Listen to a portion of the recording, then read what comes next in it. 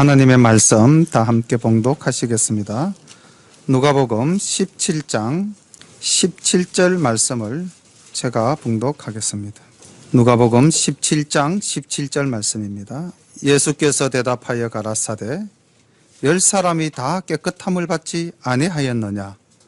그 9은 어디 있느냐? 아멘. 누가복음 17장 11절 말씀부터 19절 말씀까지를 본문으로 말씀을 증거하도록 하겠습니다. 오늘 설교 제목을 9은 어디 있느냐라는 주님의 말씀을 설교 제목으로 삼았는데, 오늘 성경 본문에 등장하는 주인공은 모두 10입니다. 말씀을 함께 보도록 하겠습니다. 누가복음 17장 11절 말씀입니다. 예수께서 예루살렘으로 가실 때에 사마리아와 갈릴리 사이로 지나가시다가 한 촌에 들어가시니 문둥병자 10명이 예수를 만나 멀리 서서 소리를 높여 가로되 예수 선생님이여 우리를 긍휼히 여기소서 하거늘 보시고 가라사대 가서 제사장들에게 너희 몸을 보이라 하셨더니 저희가 가다가 깨끗함을 받은지라. 아멘. 여기까지가 첫 번째 이야기입니다. 오늘 이 본문 속에 등장하는 주인공은 10명의 문둥 환자입니다. 우리는 몸이 이렇게 건강하니까 여기 등장하는 문둥 환자와 나와는 관계가 없다 이렇게 생각하실지 모르겠는데, 오늘 이 본문 속에 등장하는 10명의 문둥 환자와 우리는 참 많이 닮은 것 같습니다. 우리가 만약에 주님께서 지금 우리 앞을 지나가신다면은 우리는 주님을 불러서 우리의 소망을 아뢰지 않겠습니까? 그렇게 본다면은 우리도 분명히 주님께 간구하는 바가 있는 사람입니다. 그러니 문둥병 환자는 자기 몸 낫기를 위해서 주님을 부르고, 오늘을 살아가는 우리도 우리 삶의 문제를 지고 늘 주님께 나아와 간구하는 그러한 입장입니다. 본문에 등장한 문둥병 환자는 이스라엘 유대 사회에서는 부정한 사람으로 취급되어서 그들은 일반인들과 함께 어울려 지낼 수도 없고, 또 그들은 늘 자기가 부정하다 외치고 살아야 하며, 또 그들이 만약 외출을 하거나 이동을 하게 된다면은 검은 옷을 입고 나는 죽은 자와 같은 존재다라는 표식을 하게 되어 있었습니다. 그러니 문둥 환자가 사실 길을 간다는 것 자체가 그 당시로서는 매우 힘들고 어려운 일이었겠죠. 그런데 이들에게 복음이 들려왔습니다. 예수께서 오신다. 이 말을 들은 거예요. 그리고 이 지금 예수님께서 가시는 이 예루살렘으로 올라가는 길은 우리가 다 알지만은 어떤 길입니까? 이제 십자가 죽음을 향해서 나아가는 그 마지막 길이거든요. 그러니까 문둥병 환자에게는 사실은 그들은 몰랐겠지만은 사실은 마지막 주님을 만날 수 있는 기회였던 것입니다. 그래서 이 문둥병 환자는 지나간다는 주님의 소식을 듣고는 나타났어요.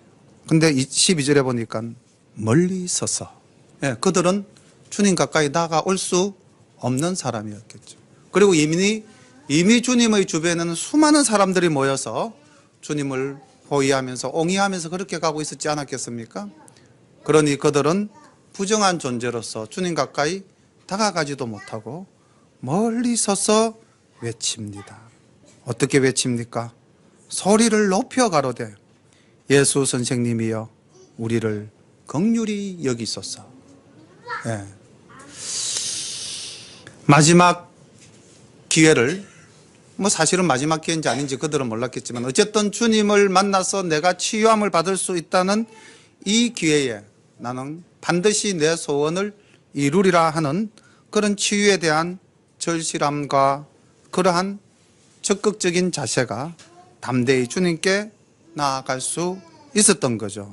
이사야서 55장 6절에 보면은 너희는 여호와를 만날 만한 때에 찾으라 가까이 계실 때에 그를 부르라. 이 말씀 의지해서 이들은 주님을 불렀습니다. 큰 소리로 외쳐 불렀습니다. 예수 선생님이여 우리를 긍휼히 여기소서. 근데 우리가 여기 성경을 잘 보면은요, 외치는 자들이 예수님을 부르는 소리가 몇 가지가 있습니다. 랍비여 이렇게 외치는 분도 있고요. 또는 아브라함의 자손 예수여 이렇게 부르는 사람도 있었습니다. 그런데 여기 지금 예수 선생님이여 하는 이 표현은, 이 선생님이라는 말 통상적으로 우리가 랍비라고 생각하기 쉬운데, 랍비는 가르치는 사람으로서 통상적으로 부르는 호칭이었고요. 여기 선생님 했던 이 말은 헬라 원문에는 에피스타타라고 기록이 되어져 있고, 이 에피스타타라는 말은 일반적으로 가르치는 사람이 아니라 뭔가 힘과 능력을 가진 대장이나 또는 무리의 감독, 이런 능력자를 지칭하는 호칭이었습니다. 그러니 이들은 예수님께서 자기를 치유해 주실 수 있는 능력이 있다고 확신하고 나아간 겁니다. 우리가 주님 앞에 나아갈 때 어떤 마음으로 나아가느냐? 고쳐줄까? 고쳐주실 거야. 반드시 고쳐주실 거야. 오늘 아침에 우리 교회학교 학생들이랑 창세기 15장 말씀을 가지고 말씀을 나눴는데, 보시면 하나님께서 아브라함을 불러서 이제 하늘의 뭇별을 보이시며, 아브라함아, 내가 너의 자손을 이 하늘의 뭇별같이 많게 해 주겠다. 이랬을 때 아브라함이 아멘 말씀을 믿고 의지했습니다. 근데 그 전 기록을 보면 뭐라고 기록되어져 있냐면은, 아브라함이 갈대아 우르를 떠나올 때 75세였지 않습니까? 그러니까 아마 가나안쯤 도착했을 때는 75세에서 80세 어간으로 이제 저희들이 볼 때, 그는 이미 자식을 낳는 소망을 잃어버렸어요. 그래서 다메섹 사람 엘리에셀, 자기의 집사, 자기의 사환 엘리에셀을 후계자로 삼겠다라고 결심을 하고 있었던 상황이었어요. 그런데 주님께서 나타나셔서 내 씨로 말미암은 자가 내 후사가 될 것이다. 엘리에셀은 아니다. 이렇게 이제 주님께서는 말씀하셨고, 아브라함은 자기의 생각이 엘리에셀에게 있었음이 기록되어져 있는 말씀이 이제 그 전에 보면 나타나 있습니다. 그리고 주님께서는 자녀를 주겠다 했을 때는 아멘 했습니다. 그런데 그 다음 내용을 내려가서 보면은 하나님께서 또 아브라함에게 이렇게 말씀하셨습니다. 내가 이 땅을 너에게 기업으로 주겠다. 자, 그렇다면 우리는 어떻게 대답을 할까요? 아브라함 입장이었다면은, 나이 80에 이미 나는 자손을 낳지 못한다 생각하고 내 후사를 내 집 사환 엘리에셀, 다메섹 엘리에셀에게 맡기겠다라고 결심했던 자가 하나님께서 내 자손을 하늘에 뭇별같이 주겠다 했을 때 아멘으로 받아들였다면은, 이 땅을 너에게 주겠다 했을 때도 아브라함의 반응은 어떻게 나타나야 할까요? 당연히 아멘이죠. 그렇지 않습니까? 땅을 차지하는 게 쉽습니까? 80세 노인이 자식을 낳는 게 쉽습니까? 어느 게 현실적으로 좀 더 가능한 이야기입니까? 땅을 차지하는 것이 훨씬 더 현실적으로는 가능한 일이죠. 그런데 말씀은 놀랍습니다. 아브라함이 이렇게 말합니다. 여호와여, 내가 이 땅을 차지하게 될 것을 어찌 알겠삼나이까? 우리가 믿음의 조상 아브라함에게서는 단 한 번도 하나님의 말씀에 토를 다는 일이 없었을 것이라고 생각하는데, 놀랍게도 창세기 15장에 보면은 하나님께 반문합니다. 다시 말하면 믿지 못하는 겁니다. 믿지 못하고 나아갔을 때 무서운 일이 생기죠. 하나님께서 이렇게 합니다. 좋다, 네가 그렇다면 내가 너와 언약을 맺겠다 하고 고대의 방식이었던 언약식을 맺습니다. 짐승을 잡아서 배를 가르고 짜게 어놓고 이제 언약의 예식을 치르고 난 후에 하나님께서는 아브라함에게 이렇게 말씀하시죠. 네 자손이 애굽에 내려가서 400년간 종살이를 할 것이다. 무서운 말씀이 아브라함에게 내려졌던 것입니다. 저는 오늘 아침 우리 친구들과 그 말씀을 나누면서 하나님께 나아갈 때 우리가 어떠한 마음으로 나아가야 하는가, 우리의 믿음 자세가 어떠해야 하는가. 하나님은 80 노인에게도 자녀를 주실 수 있는 분이었습니다. 아브라함이 하갈을 통해서 이스마엘을 낳았던 때가 나이 86세였습니다. 그리고 그 13년 후 아브라함 나이 99살 때 하나님께서 다시 나타나셔서 내년 이맘때쯤이면 네가 아들을 볼 것이다. 그리고 나이 100세 때 이삭을 낳았습니다. 하나님은 우리가 불가능하다 하는 것도 하실 수 있는 분이 하나님이시지 않습니까? 천지를 창조하시고 역사를 주관하시는 그 하나님. 그 하나님이 이 땅에서 지나가실 때에 이 10명의 문둥병 환자는 아브라함 같은 믿음을 가졌던 존재였습니다. 반드시 하나님께, 예수님께 나아가면은 그들의 병이 나을 거라고 확신하고 있었던 것 같습니다. 예수 선생이여 우리를 긍휼히 여기소서. 굉장히 강한 믿음의 소유자였던 것 같습니다.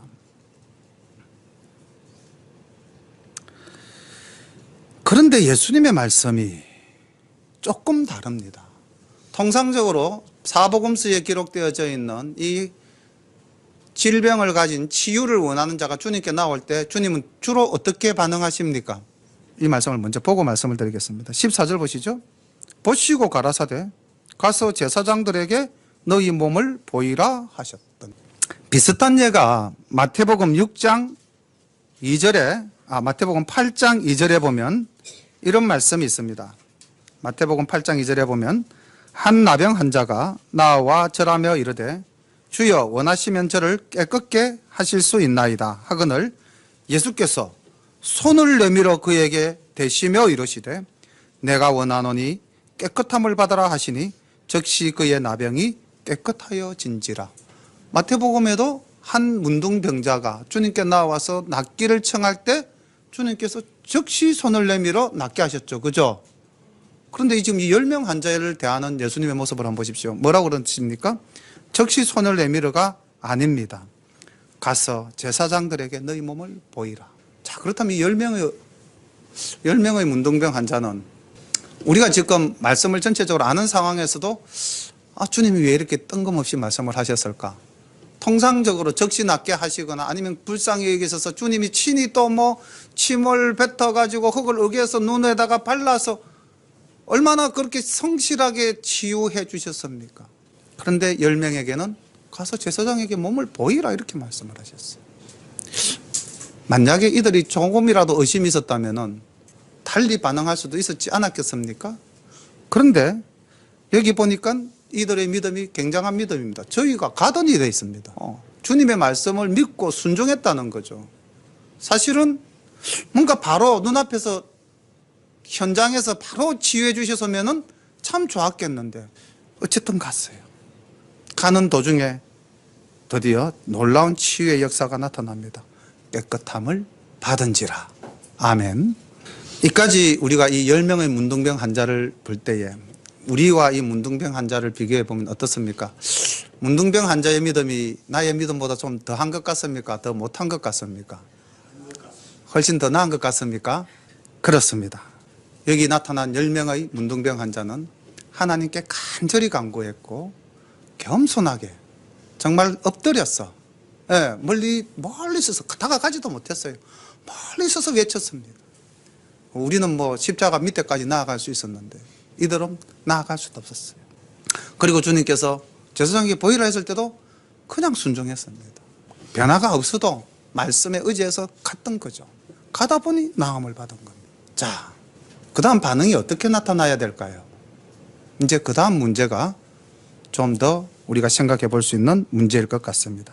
오늘 맥주 감사주일 날 제가 이 본문을 선택한 이유가 이렇게 우리들보다도 어떻게 보면 더 신앙을 가진 믿음의 사람 10명이 어떻게 주님께 감사하는가, 그 감사의 태도를 한번 보겠습니다. 15절부터 말씀을 봅니다. 그 중에 하나가 자기의 낳은 것을 보고 큰 소리로 하나님께 영광을 돌리며 돌아와 예수의 발 아래 엎드려 살해하니 저는 사마리아인이라. 예수께서 대답하여 가라사대 10사람이 다 깨끗함을 받지 아니하였느냐? 그 9은 어디 있느냐? 그 9은 어디 있느냐? 이렇게 말씀하실 때 주님의 마음이 어떠했을까요? 그 9은 어디 있느냐? 오늘 설교 제목이 그 9은 어디 있느냐는 것입니다. 이 이방인 외에는 하나님께 영광을 돌리러 돌아온 자가 없느냐 하시고 그에게 이르시되 일어나 가라 내 믿음이 너를 구원하였느니라 하시더라. 10명이 다 나음을 받았어요. 정말로 진실하게 주님을 애타게 불렀고 그리고 주님 말씀하실 때 그대로 믿었습니다. 그리고는 자기들은 제사장에게 갔죠. 그는 도중에 다 나았어요. 그런데 그 중에 하나가 10분의 1입니다. 11조죠. 그 중에 하나가 자기의 나은 것을 보고 하나님께 영광을 돌렸습니다. 제일 첫 반응이 하나님께 영광을 돌렸죠. 할렐루야, 하나님 감사합니다. 찬양을 올렸습니다. 그리고는 주님께로 돌아왔습니다. 자, 이 장면에서 우리가 한번 더 생각해 봐야 되겠습니다. 나머지 9의 반응은 어땠을까요? 나머지 9의 반응은 어떠했을 거라고 생각되어지십니까? 각자 집으로 돌아갔을까요? 이 9의 믿음은 아마 제사장에게로 갔을 것 같습니다. 그들은 자기들의 몸이 나은 것을 확정받고 싶었을 거예요.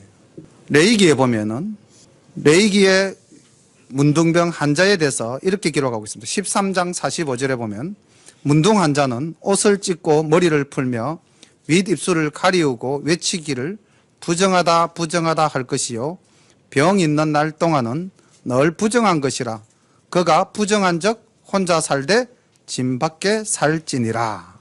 이렇게 이제 문둥병 환자를 규정해 놓고요. 그럼 그 문둥병 환자가 병이 나을 때는 어떻게 해야 되는가? 역시 레위기 14장 2절에 보면은 이렇게 기록되어져 있습니다. 문둥 환자의 정결케 되는 날의 규례는 이러하니 곧 그 사람을 제사장에게로 데려갈 것이요.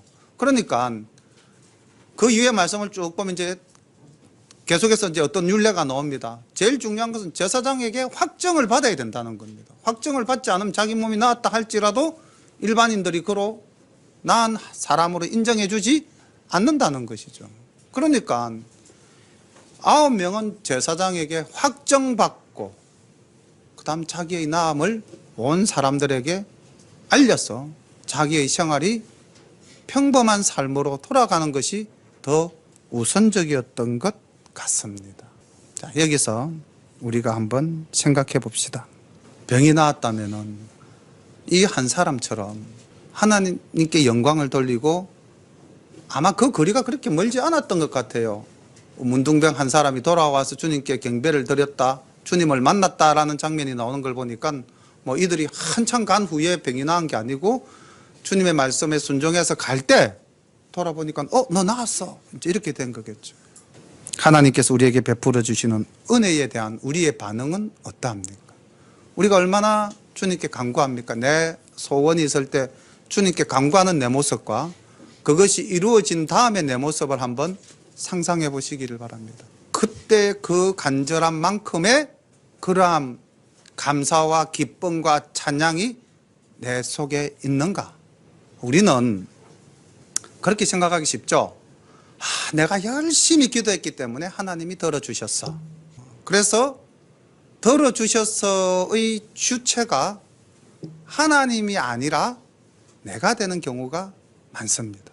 그래서 하나님께 감사를 드리기보다는 이루어졌다는 것에 대한 만족함, 자족함이 더 우리를 지배할 경우가 많습니다. 아마 이 9이 그러지 않았겠는가. 분명히 아까 우리 성도님들께서 이 10명은 내 믿음보다도 더 나은 믿음의 소유자인 것 같습니다 라고 말씀을 하셨는데, 그렇다면 지금 이 반응 속에서 나는 한 명에 속하는가 9명에 속하는가, 다시 내 자리가 어딘지 우리는 한번 돌아볼 수가 있겠죠. 우리가 은혜를 받았을 때에 그 은혜를 생각하고 감사하는 마음을 사은이라 그럽니다. 우리가 은혜를 받았을 때에 그 은혜를 갚지 않는 사람을 배은이라 그럽니다. 그래서 여기 9명은 그 우리 말에는 또 두 자를 더 붙이죠, 그죠? 배은 망덕, 즉 하나님이 베풀어 주신 덕을 잊어버리고 그 은혜를 배신하는 사람이다. 그래서 배은망덕한 사람이랬을 때 그 사람 도덕적으로나 사회적으로 거의 매장당할 수밖에 없는 그런 입장에서 우리가 그 단어를 사용하는데, 오늘 여기 이 9명이 주님의 은혜를 배신한 배은의 인물이 되어져 버린 것입니다. 왜 배은하는가? 이게 이제 조금 전에도 말씀드렸지만은 자기가 모든 것의 주체다라고 생각할 때 우리는 배은하게 됩니다.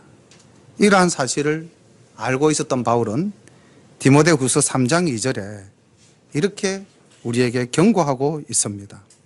말세라는 말씀을 붙이고 그때 사람들이 어떠한가를 말씀하면서 이렇게 기록하고 있습니다.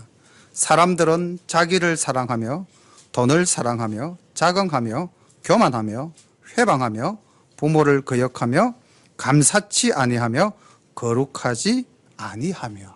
자기를 사랑하는 사람, 감사를 모르는 사람, 이것이 말세에 나타나는 많은 사람들의 모습이라고 이야기하고 있습니다. 오늘 이 디모데후서 3장 2절도 우리가 곰곰이 말씀을 묵상해 보면은 내가 이런 사람이 아닌가? 나를 사랑하고 돈을 더 사랑하고 자긍, 그리고 교만, 그리고 남들이 하는 일을 회방하고 부모님 말씀에 순종하지 아니하고 감사함도 없고 거룩함도 없는 그런 말세의 종말론적 사람들과 동일한 삶을 살고 있지는 아니한가 돌아볼 수가 있겠죠. 이 9명의 문둥 환자가 가진 속성이 이 속성이 아니었을까? 놀라운 것은 우리가 말씀을 끝까지 보면은 19절에 보면 주님께서 이렇게 말씀하십니다. 그에게 이르시되 일어나 가라. 내 믿음이 너를 구원하였느니라 하시더라. 육신의 병은 10명이 다 나았을는지 모르지만은 하나님의 나라에 들어갈 권세를 얻은 자는 단 한 사람이었습니다. 오늘날 우리가 많은 사람이 모여서 이 시간 이 자리에서 예배를 드리며 맥주 감사주일 예배를 지킨다 할지라도 우리에게 진정한 감사가 없다면은 우리는 아홉의 자리에 설 수밖에 없을 것입니다.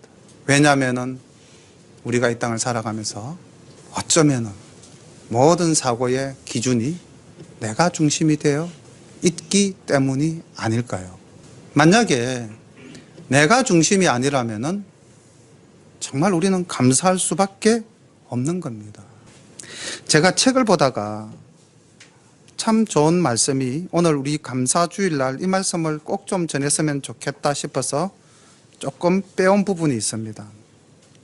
헬렌 켈러가 쓴 글 속에 이런 제목의 글이 있습니다. 사흘만 볼 수 있다면. 우리는 사지가 다 멀쩡하죠. 보고 듣고 말하고 만지고 걷고 아무 지장이 없습니다. 그런데 그렇지 않습니까?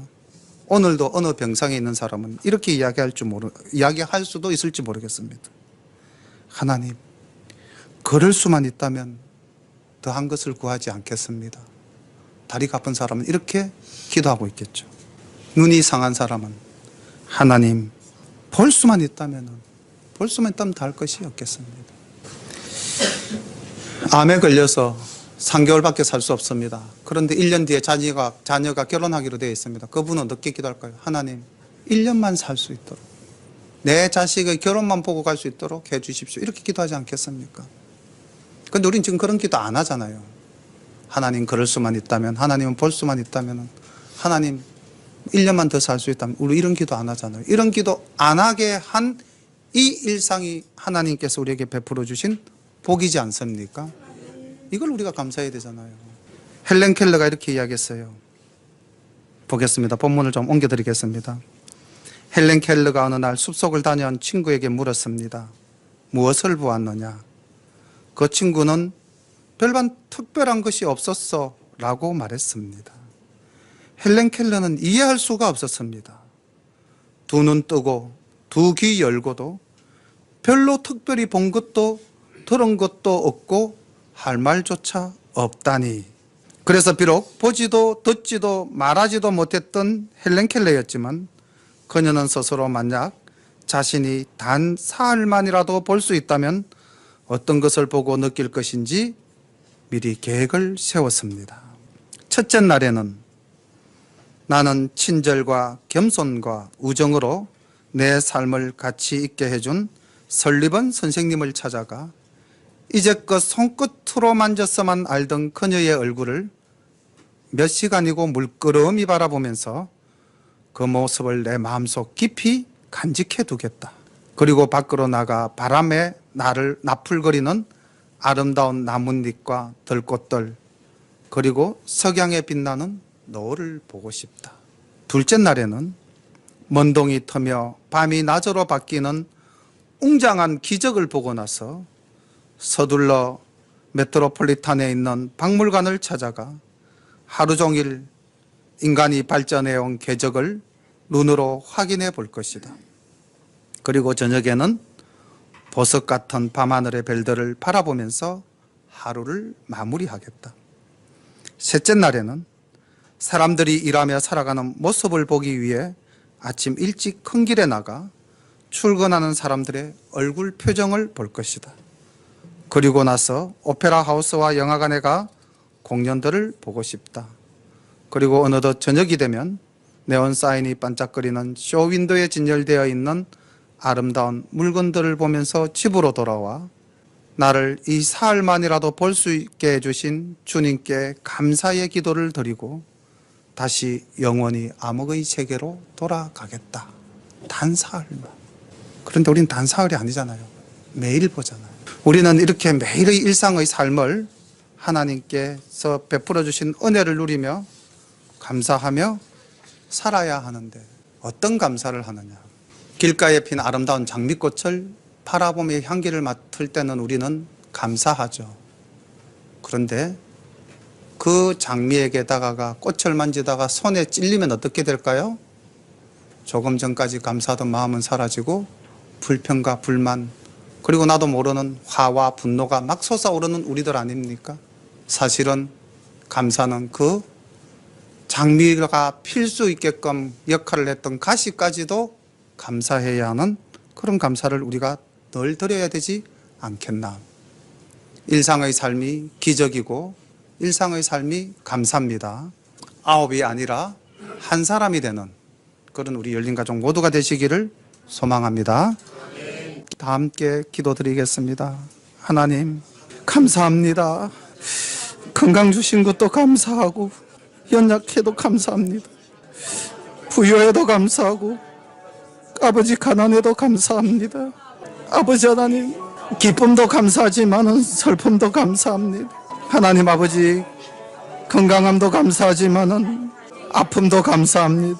아버지 하나님 우리 열린가족 이렇게 주님 1년 만에 아버지 하나님 이렇게 교회를 든든하게 세워주신 아버지 하나님 감사합니다. 참으로 아버지께 감사하는 우리들 되게 하여 주옵시오. 내가 했노라 교만하지 않는 자가 되게 하여 주시옵시오. 주님께 감사의 기도를 드리는 아버지께 감사의 찬양을 드리는 우리 모두의 삶이 되게 인도해 주옵소서. 늘 내게 유익할 때만 감사하는 그런 아버지 하나님 적은 감사가 아니라 아버지 하나님 이렇게 자녀 삼아 주시고 하나님을 섬길 수 있도록 인도해 주신 것, 이렇게 건강하게 살아갈 수 있도록 해주신 것, 모든 것을 감사하는 우리의 감사가 풍성한 이 맥주 감사절 예배가 되게 인도해 주옵소서. 예수님의 이름으로 감사하며 기도드립니다. 아멘.